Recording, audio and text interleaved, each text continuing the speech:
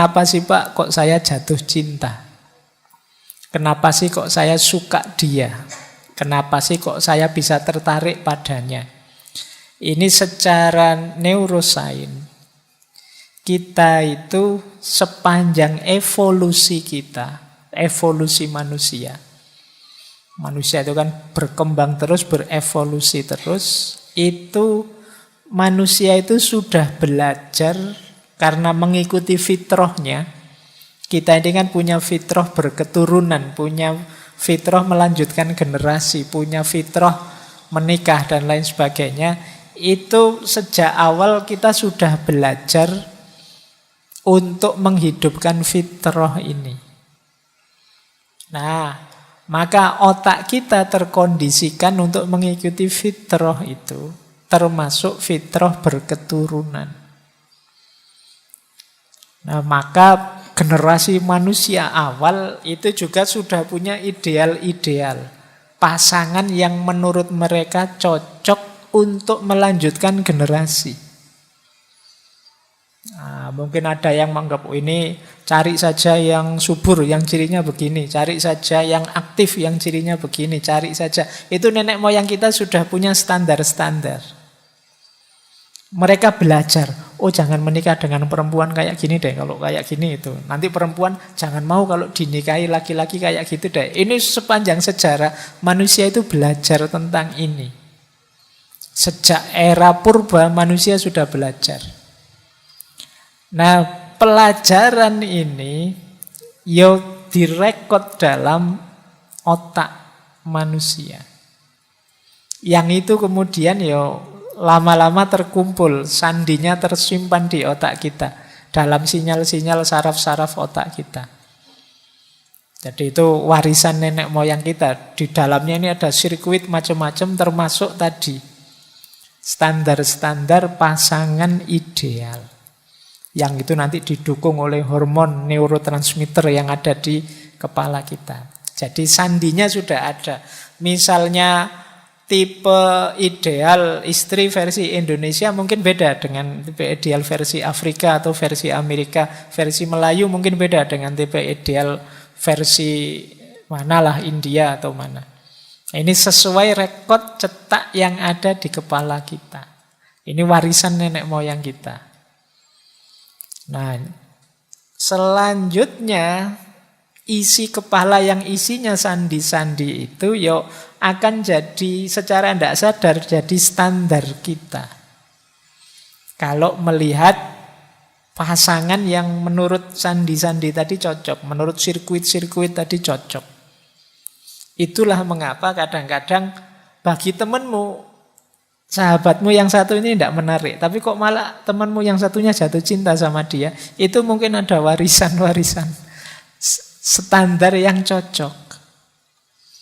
Nah, mungkin misalnya nenek moyangmu dulu trauma punya pasangan kok merengut saja, terus dia punya pokoknya cari istri yang murah senyum lah besok, misalnya. Itu terus jadi tergambar di kepalamu, terpola, nanti ini mungkin lama-lama diwariskan. Makanya saya pernah baca buku terjemahan itu yang isinya jangan jadi orang yang murung karena kemurunganmu akan diwariskan ke generasi selanjutnya.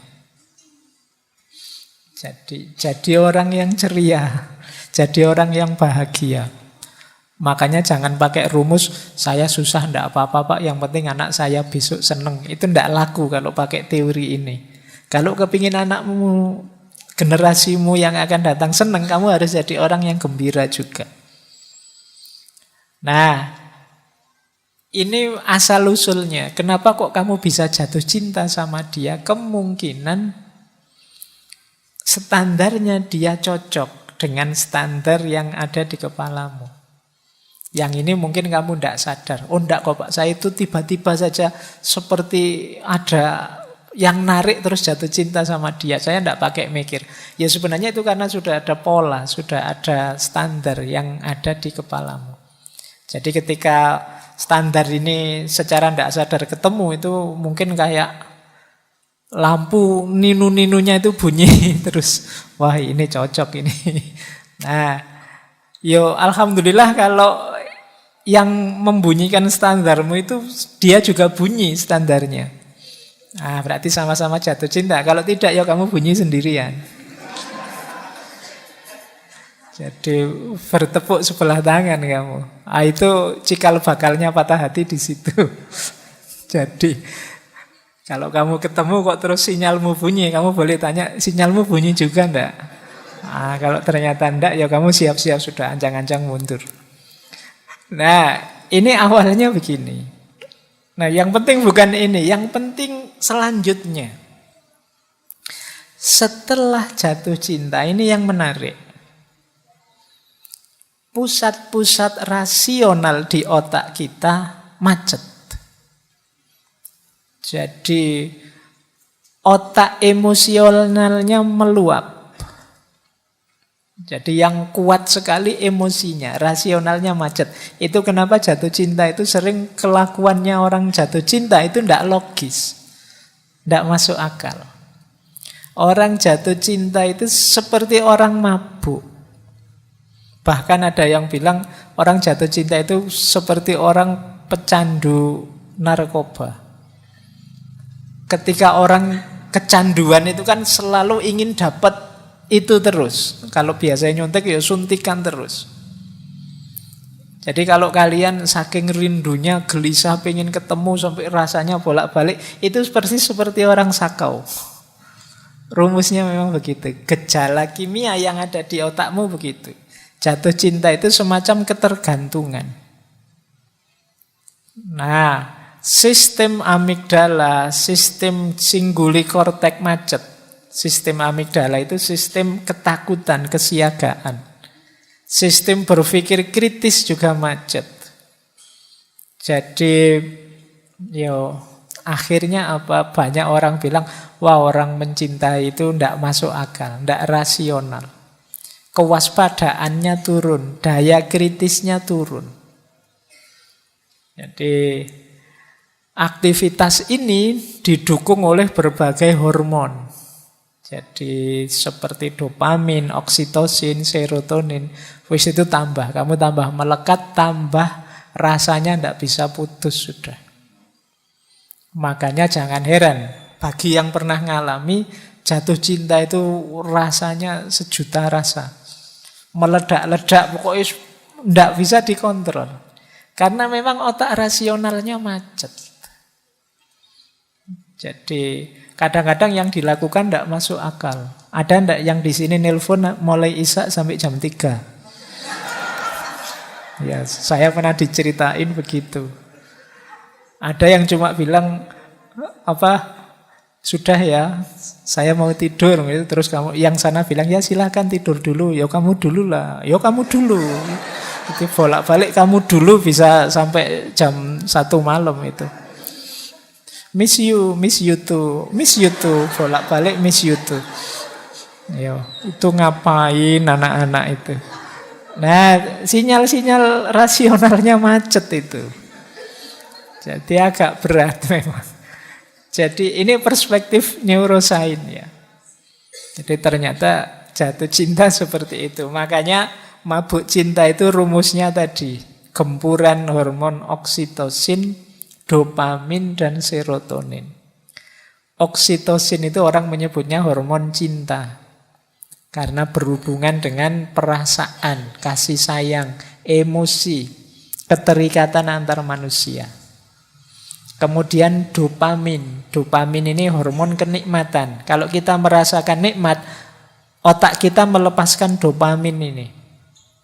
Misalnya kita makan enak. Begitu makan makanan enak, keluar hormon dopamin ini.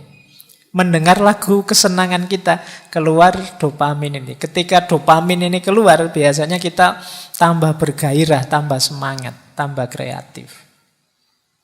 Jadi cuma ya dopamin ini yang namanya kenikmatan itu kan ada durasinya.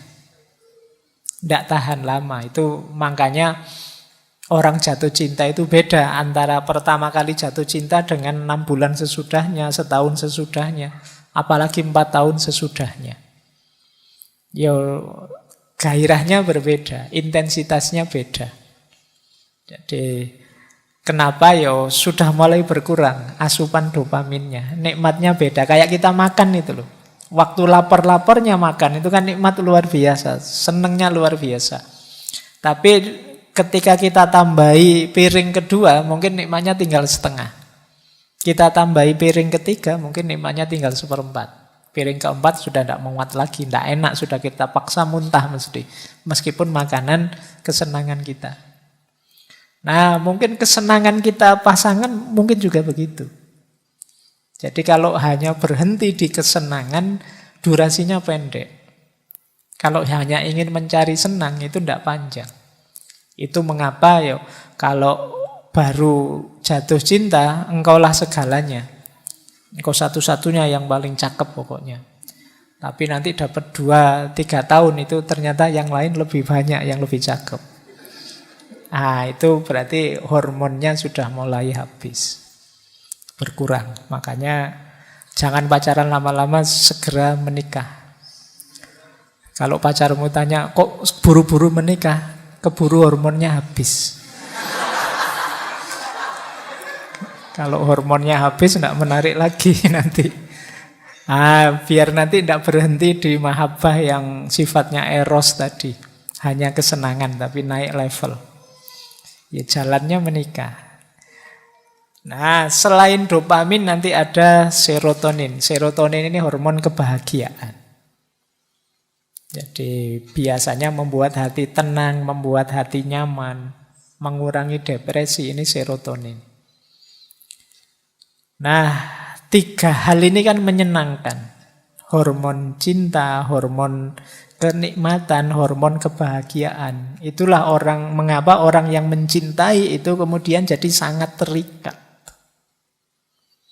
Khawatir kehilangan kenikmatannya ini. Nah, sayangnya ketika kita patah hati, fasilitas dari hormon-hormon tadi berhenti. Itu yang membuat kita cemas, tertekan, terisolasi. Akhirnya otak berusaha mencari gantinya. Pokoknya apa saja boleh. Itu makanya ini yang saya bilang orang patah hati maupun orang jatuh cinta itu energinya luar biasa. Sama-sama otak rasionalnya macet. Sehingga kadang-kadang melakukan hal-hal yang tidak terbayangkan. Baik ketika jatuh cinta maupun ketika patah hati.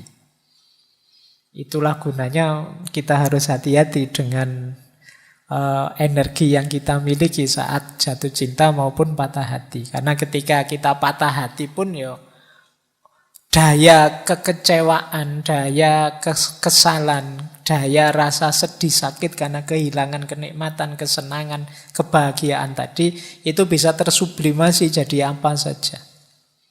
Orang bisa melakukan apa saja bahkan yang tidak terbayangkan. Ada banyak cerita-cerita bagaimana orang patah hati atau orang jatuh cinta itu melakukan hal-hal yang sama sekali tidak terbayangkan oleh kita. Mungkin kalau kita geleng-geleng tidak akan mau seperti itu. Tapi bagi yang ngalami jatuh cinta itu tidak masalah melakukan itu. Jadi orang luar yang melihatnya, alah kok gitu amat sih wong jatuh cinta aja kok. Itu wong patah hati itu aja susahnya apa sih mbok nyari lagi. Ya kamu yang tidak ngalami ngomong enak saja begitu. Yang ngalami itu jungkir balik dia. Diputus emangnya kenapa mbok yo nyari lagi. Mau yang lain ya banyak, mau yang lebih jelek apa lagi.